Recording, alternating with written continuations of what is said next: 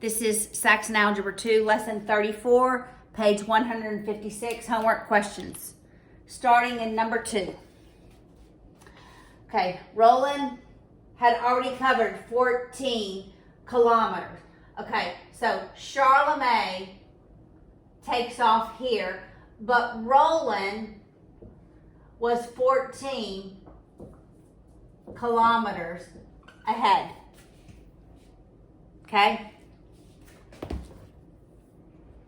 I'm going to put that up just a little bit so you can see what I just wrote. All right. When Charlemagne headed out to catch them, at some point they probably meet. Charlemagne's rate, the rate of Charlemagne was 11 kilometers per hour. Roland's rate was 7.5 kilometers per hour. So their times are equal, but their distances, so the distance of R plus that 14 kilometers is going to be the distance of C. And time is time. So the time of Charlemagne equals the time of R. So we're just going to say time is time. All right. Distance is rate times time.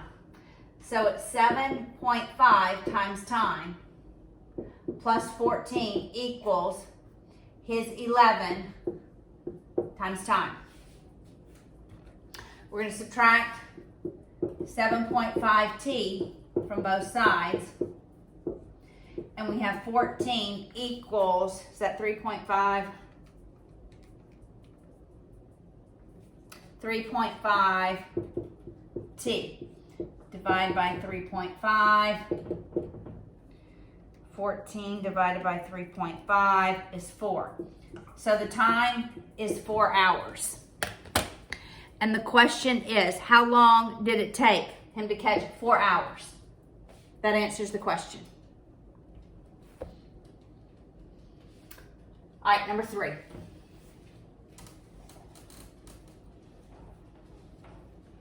Sometimes it's hard when it's time, their times are equivalent. So Charlemagne started back here, Roland started here. They start at the same time, and when do they meet? All right, number 3. Kay rode the bicycle. Okay, she rode and she pushed. So the rate that she rode was 10 miles per hour. She pushed it back. The rate that she pushed was 3 miles per hour. So she goes to the country and back. So the distances are equal. The distance that she rode equals the distance that she pushed. The round trip took 13 hours. So the time she rode plus the time she pushed is 13 hours. Surely she pushed longer, right, than she rode because she was traveling faster. And the question is, if the round trip took 13 hours, how far did she ride the bike? This distance. This is what we're looking for. All right, so we have 10 times time R equals 3 times time P. I'm going to solve for time R by subtracting time P. So TR is 13 minus the time she pushed. I will substitute that in this equation here for TR. All right, so we have 10 times 13 minus time push equals 3 times time push. Distribute this 10. So we have 130 minus 10 time push equals 3 time push. Add 10 time push on both sides to eliminate that on the left-hand side. So we have 130 equals 13 times the time push divided by 13 on both sides. The time push is 10 hours. If we push 10 hours, we rode 3 hours. So the time rode is 3 hours. So time rode times rate rode is 30 miles. She's out, 30 miles. Same distance, 30 miles. So how far? 30 miles. All right, that's number 3. Number 7.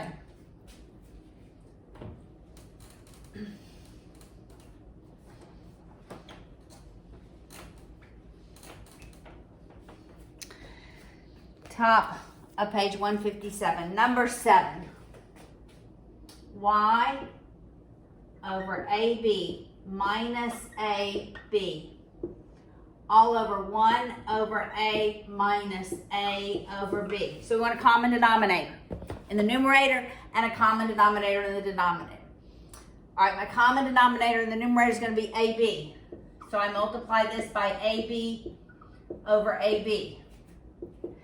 And it ends up being y minus a squared b squared over ab, right? I just multiplied those. Put them over the common denominator. This denominator, hey TQ, Molly wants out. This denominator is also going to be a times b. So I multiply this one by b over b, and I multiply this one by a over a. So in the denominator, it's b minus a squared all over ab. We have this pattern. Same denominator, it's numerator over numerator. Y minus a squared b squared over b minus a squared. What do we do? How do we arrive at that? You multiply by the inverse of the denominator, the reciprocal of the denominator over itself. All right, number 8. Number 8 is the same, similar problem.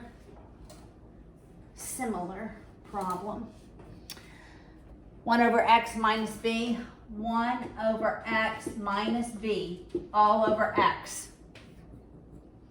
I need a common denominator in the numerator. That's going to be x. So I multiply b x over x.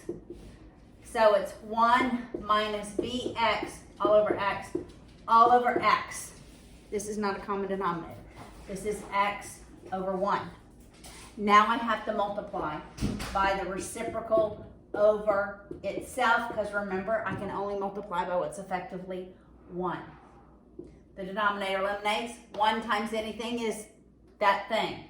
So it's 1 minus bx all over x times x, x squared. That's number 8. Number 9. This goes back to geometry. I will draw it, and it wants to know, find the volume. Volume is area of base times height. So if we get the area of the base, we'll multiply it by the height, which is 8 meters. All right, this is 2, 4, 6, 4. This is 4. This is 12. Does it give me? Yeah, okay. So if this is 4, then this side is 8. All right, so it's gonna be four different areas. All right. So this is 2 by 8, which is 16. This has to be 6 by 4 because that's 4. So that's 24. What is that last piece? Okay, it's got to add up to 12. So we have 2, we have 6. To get to 12, I need 4 more. So this has to be 4. So this is 4 by 8, that's 32. So I'm going to add all those up. Now this is a semicircle, so it's 1/2 pi r squared. That's 16, half of 16, so that's 8 pi. I'm going to leave pi as pi. All right, so I'm going to add 16 and 24 and 32. 16 and 24 and 32. All right, so that's 72 plus 8 pi. That's the area of the base. And the height is 8 times 8 meters high. You could do that. Distribute. 72 times 8. That's 576 plus 64 pi. And It's the measure cubed.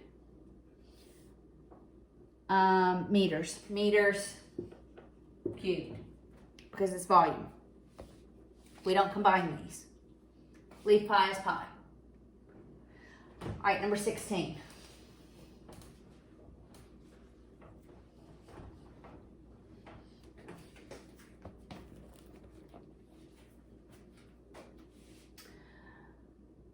Four plus x over y squared all over 3 minus 1 over y squared. All right, we want a common denominator in the numerator and denominator. So it's going to be y squared for the numerator. I multiply this first term by y squared over y squared. Same thing in the denominator. Multiply 3 by y squared over y squared. So that's 4 times y squared. That's 4y squared plus x all over y squared. I wrote it all over my one common denominator. This is going to be 3 times y squared, so that's 3y squared minus 1. I'm writing all of this over my common denominator. When I have the same denominator in the numerator and denominator, I then write numerator over numerator. So it's 4y squared plus x over 3y squared minus 1. I can't cancel these terms out because they are added and subtracted to other values. I can only simplify terms that are multiplied. All right, that was 16. Number 24.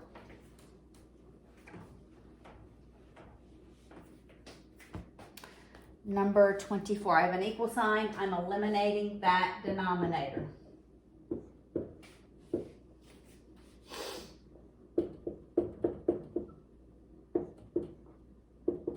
Excuse me.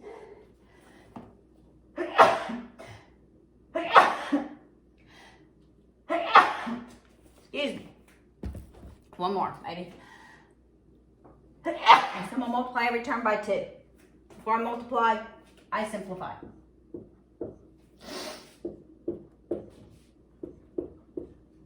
My 2's eliminate. This negative, though, guys, is going to be distributed to both of those terms. Remember, we have to distribute that negative. All right, so we end up with x minus 3 minus 3x minus 4 equals 6. This is negative 7. So I'm going to add 7 to both sides. I'll combine my like terms. That's x and negative 3x. That's negative 2x equals 13. Divide by negative 2. X is equal to negative 13 halves. Last problem for this lesson. Number 25.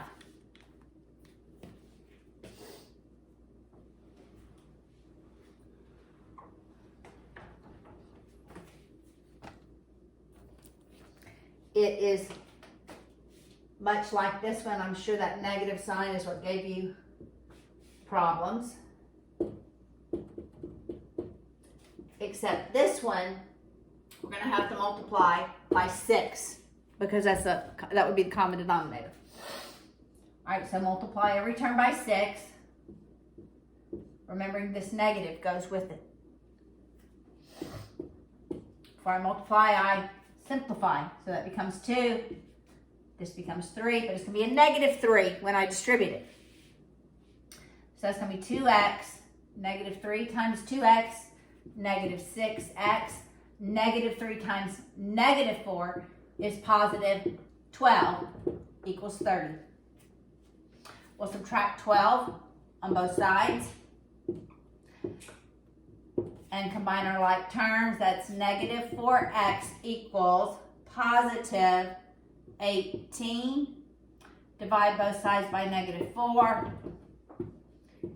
X equals negative. 2 goes into both of these. 9 halves. Simplify it. Leave it as an improper fraction, but simplify it.